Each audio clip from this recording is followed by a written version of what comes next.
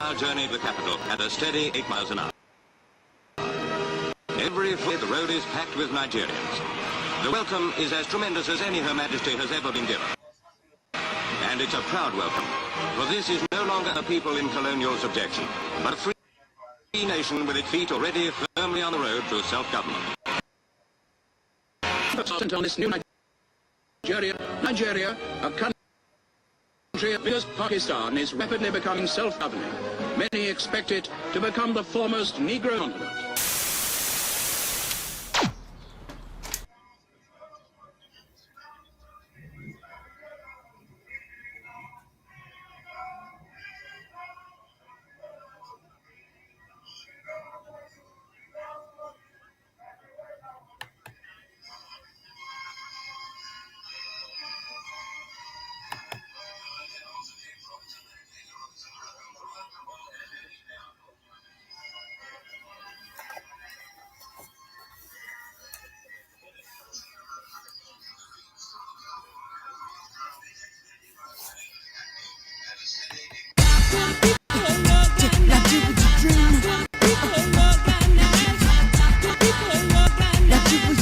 The stage was set when Nigeria gained independence from Great Britain in 1960.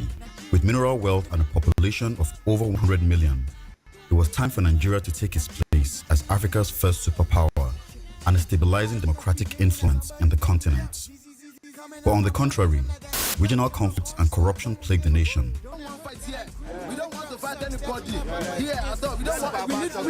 And barely 6 years into the new government, the Nigerian military is disrupting the course of Nigerian history forever.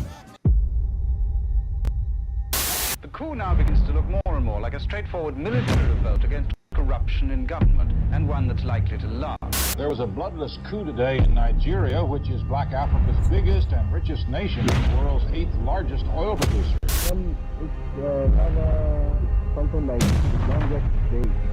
The January 15, 1966 coup marked the beginning of the succession of coups, counter-coups, and military rule for the next 33 years.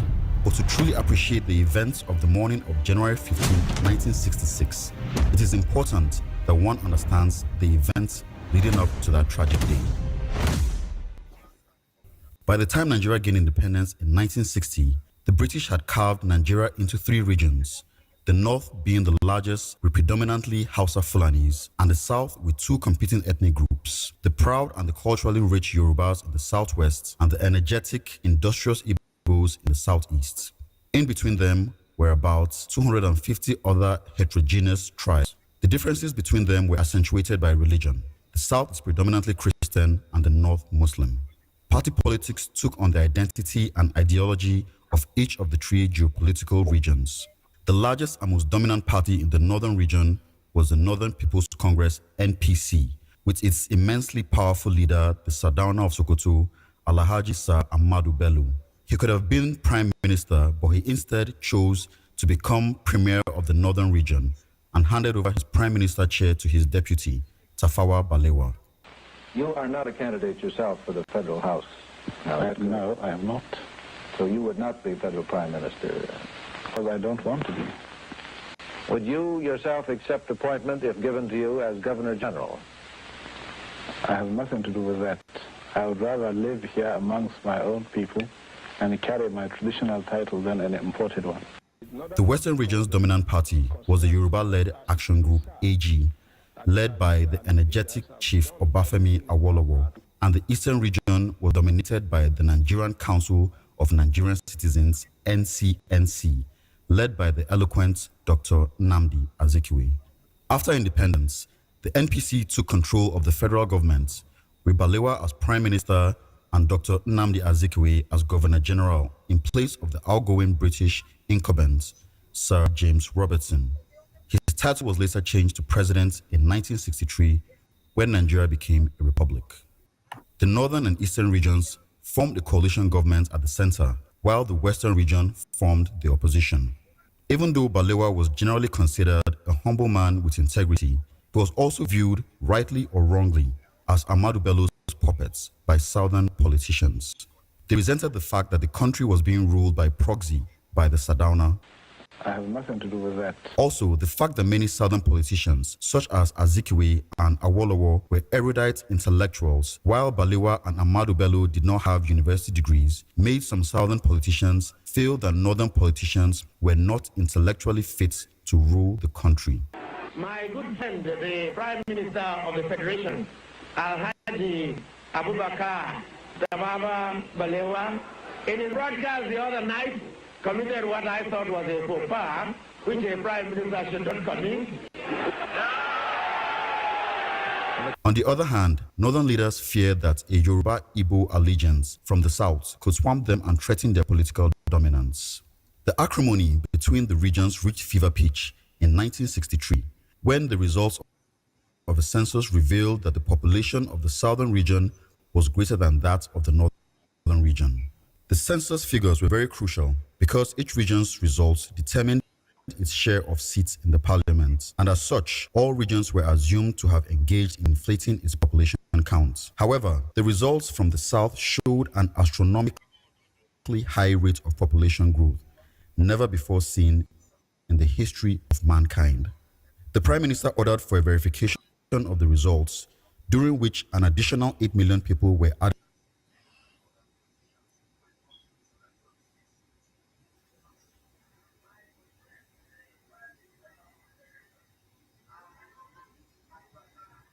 to the northern counts. The verification revealed that the north did in fact have a higher population than the south. The census figures further created a huge rift between Balewa's NPC and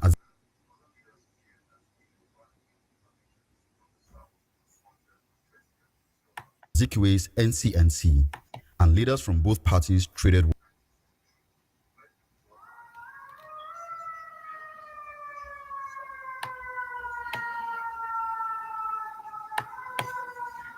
words publicly. In the opposition camp, party leader Awolowo and his deputy Samuel Akintola were embroiled in a stormy power tussle arising from political differences. While Awolowo favored maintaining the action group as an effective opposition alternative, Akintola advocated forging closer links with the government as he saw little to be gained in staying in opposition. The difference in ideologies eventually led to a complete breakdown of law and order in the western region. The Prime Minister declared a state of emergency in the region, and Awolowo was arrested and charged for treasonable felony. On the streets, the opposing factions engaged in random acts of violence and destruction of properties. This set the stage for hoodlums to take to the streets, molesting innocent citizens.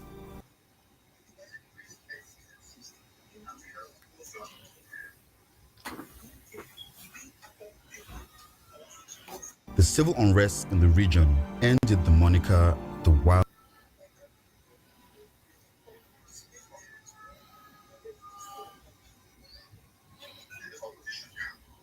Wild West. The bad blood between the NPC and the NCNC gave birth to new political coalitions between the ruling NPC, MDF, and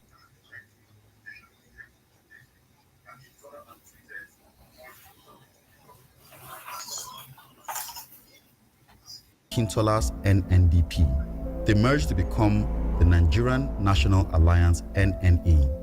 The NCNC also sought new friends in the action group, and the coalition was joined by the UMBC and the NEPU to form the United Progressive Grand Alliance, UPGA, led by Dr. Okpara, all in preparation for the federal elections of 1964.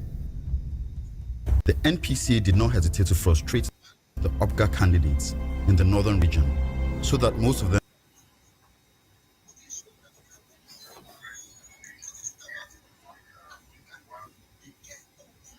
could not file in their nomination documents. This was unacceptable to the UPGA, and Dr. Okpara called for a mass boycott of the elections by supporters nationwide. The election still proceeded to hold, with the NNA sweeping almost every office in the land. This loop-sided federal structure was a time bomb waiting to detonate. The year 1965 witnessed a worsening of the political situation in Nigeria.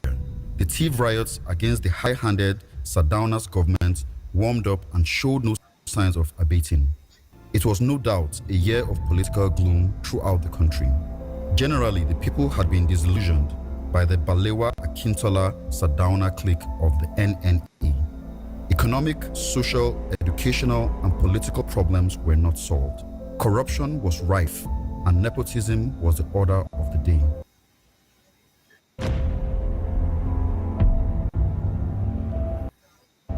The political trend in most parts of the world in the late 50s and early 60s was towards the military takeover of government, in which the soldier statesman emerged during a political tension to restore his country's socio-political and economic stability. It was only a matter of time before the idea of a military intervention was mooted in the barracks.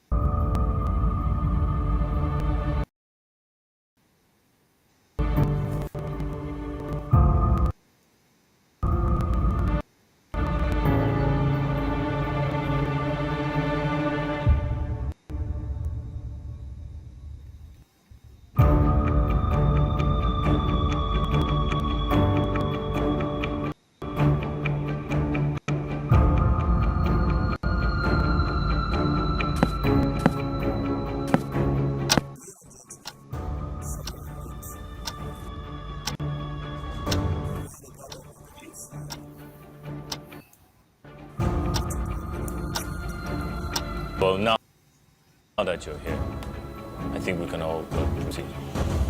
Good to see you could all make it. The revolution has begun. By 1965, a group of British-trained Nigerian army officers were perfecting their plans to topple the Balewa government with a military-led revolution. It would take another year before their plans would come to fruition. The major planners included Major Emmanuel Arinze Ifejuna, leader of the acclaimed revolutionaries. He enlisted into the army in 1960 and got his military training at the Mons Officer Cadet School in the United Kingdom. He was the first black African to win a gold medal at the 1954 British Empire and Commonwealth Games. He was an Igbo from Onitsha. Major Patrick Chukwuma Kaduna Nzeogu, a charismatic Sane Horse-trained officer. He worked as the chief instructor at the Nigerian Military Training College, Kaduna, and was the first Nigerian Army officer to be trained in intelligence. He was born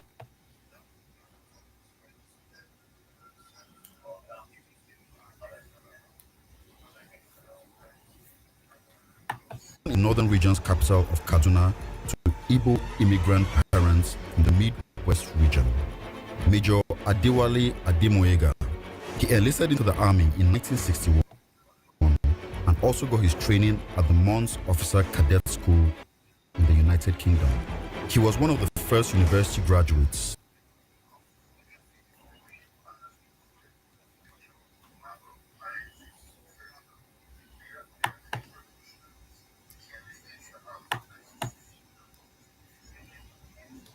that enrolled into the army. He was a Yoruba from Southwest. Others are Major Christian Anuforo, Major Timothy Onwategbu, Major Donatus Okafo, Major Humphrey Chukwuka, Captain Ben Ulie, Captain Ogbona Oji, and a host of others. All but one of the major planners came from the southeastern region, and in time, the coup will come to be known as an Igbo coup. This is the list of our targets for immediate arrest at the HR. The mission is to arrest all of them, along with their right-hand men. Abubakar Tafawa Balewa, Samuel Ladoke Akintola, Dennis Chukwude Osadebe, Michael Ihonukara Obara. And in the army, our target are Major General J.T. Osi, the 2 brigade commanders, Brigadier Samuel Ademu Legun, and Brigadier Mai Malari Zakaria, Colonel Paul Muhammad, Lieutenant Colonel James Pam, Colonel Raf Shodeinde, and of course the most political officer in the army, Lieutenant Colonel Abogo Lagama, Commander 4th Battalion, Ibadan. At H hour, we will strike simultaneously from all regional headquarters. I will head operations in the northern region. Ima, you will run operations in Lagos with Chuka and Okafor. Wali, you will cover the rest of the western region, and since we don't have troops stationed in Benin, we will send a small unit from Enugu. By the time the revolution is successful, every officer who didn't join will regret. You can count on me, sir.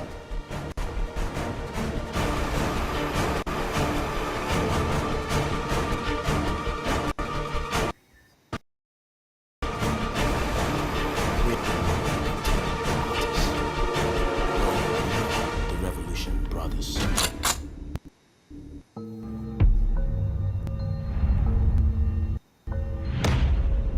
I don't know, On the January morning 15th. of January 15th, Major Nzegu led men to the residence of the Sardauna and subjected it to sustained artillery gunfire.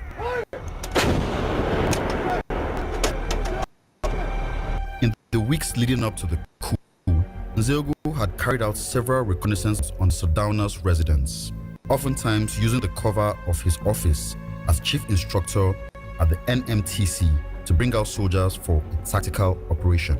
His men were unaware that the military exercise they were participating in was actually a practice run for a military coup to overthrow the government. They would only find out a few hours into the operation.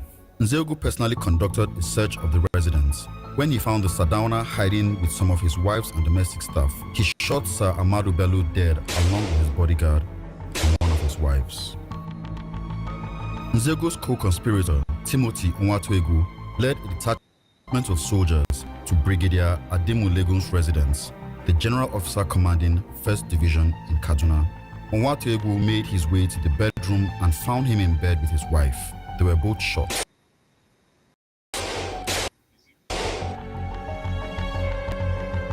Colonel Raf Shodeinde was also shot dead by the mutiny. The governor of Northern Region, Sir Kashim Ibrahim, was arrested but not killed. Captain Ben Boulier coordinated the taking over of strategic locations and facilities like radio and TV stations. He achieved this with the help of other officers like Second Lieutenant John Atompera, Lieutenant Edwin Okafor, and Lieutenant Harris Egaga, among others. Captain Emmanuel Nwobosi drove from Abeokuta to Ibadan with a detachment of soldiers and headed directly to Samuel Akintola's residence to execute his orders. Unknown to him, Akintola had already been warned about the soldiers by his deputy, Chief Fani Kayode's wife, whose husband had been arrested a few hours earlier. Akintola refused to surrender and instead engaged the soldiers in a fierce gunfight. He was killed in the shootout along with his nephew.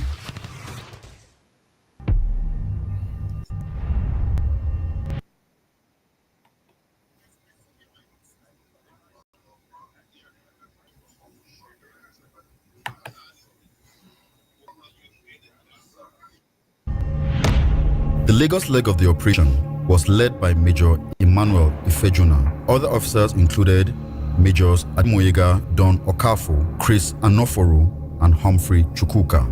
In the early hours of the morning, Ifejuna, along with some officers, made their way to the Prime Minister's residence and arrested him after overpowering his security detail. After arresting Balewa, the soldiers went next door and arrested the finance minister, Chief Okote Ebo. Major Ademoyega was in charge of setting up roadblocks and occupying strategic locations like the telephone exchange. Don Okafor led a detail of soldiers from the Federal Guard to the brigade commander's residence in Ikoyi to arrest Brigadier Maimari. Okafor and his men got into an argument with the brigade commander's security detail, eventually leading to a gunfight. The chaos from the gunfight alerted Maimalari, who made an escape to the road. As he was making his getaway on foot, he recognized the vehicle of his brigade major, Emmanuel Efejona, who at this point was on his way to the Federal Guards barracks with the captured Prime Minister. Unknown to him, his brigade major was the leader of the mutineers. He waved down the vehicle for assistance and was promptly shot dead. Just hours earlier, Efejona and a host of officers, including most of the planners, were at a party being hosted by Brigadier Maimalari to celebrate his wedding. Efejona then proceeded to Ikoyi Hotel, where Lieutenant Colonel Abogo Lagama was a guest. He forced the front desk officer at gunpoint to lure out Lagama on the pretext that he had an official phone call. When he came downstairs to receive the fake phone call, Efejona emerged from hiding and shot him dead on the spot.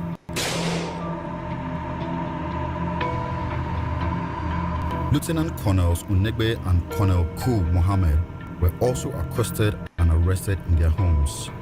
Unegbe was shot in front of his pregnant wife, while Lieutenant Colonel Pam was arrested and taken to the Federal Guards barracks. He was also shot dead.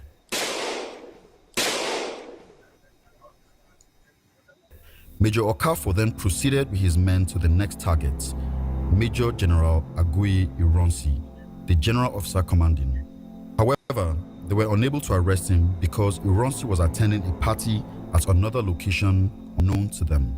He returned in the early hours of the morning only to receive a timely phone call from the Prime Minister's residence, informing him of the situation.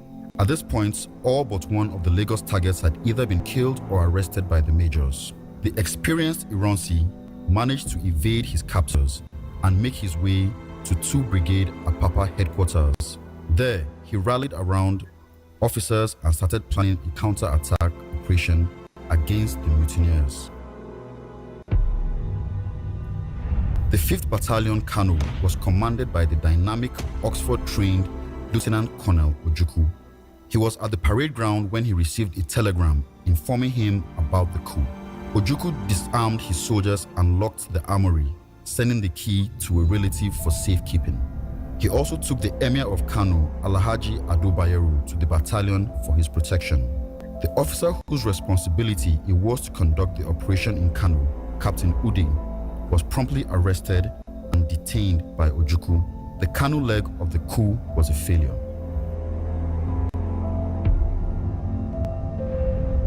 Major Efejona sent orders to the 1st Battalion Enugu, asking them to deploy soldiers to take over key installations and arrest government ministers in Enugu and Benin.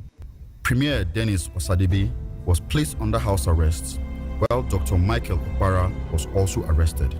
Lieutenant Colonel David Ejo was commander of the 1st Battalion Enugu. He was away in Lagos when the coup occurred.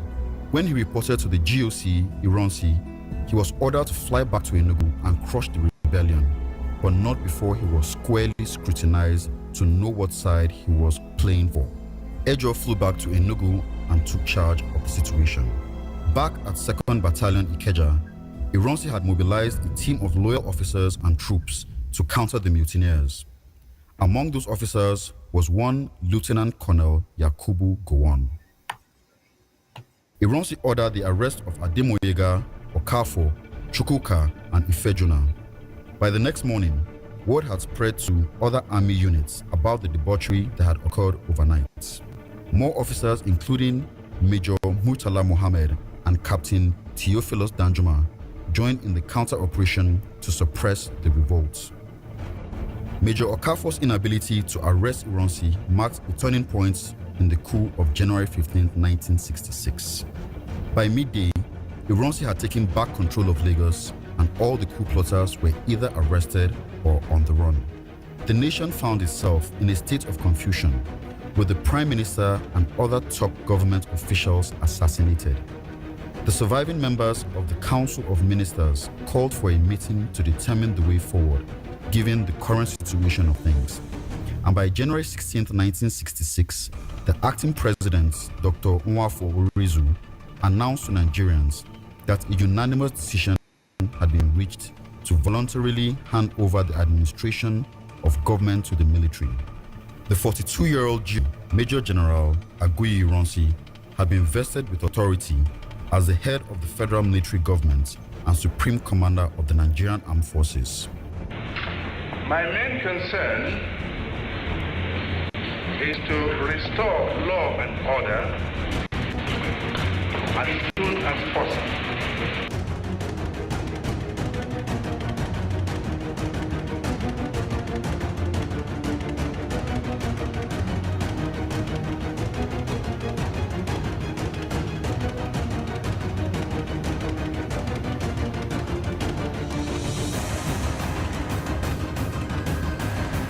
This will set the stage for another coup in the next 6 months.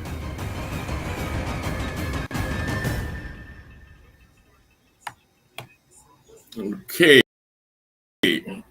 Yeah, that was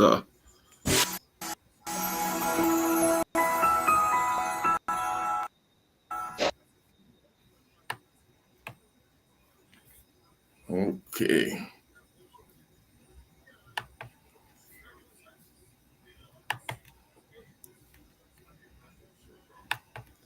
Yes, welcome to the Movement Radio. We'll be right back.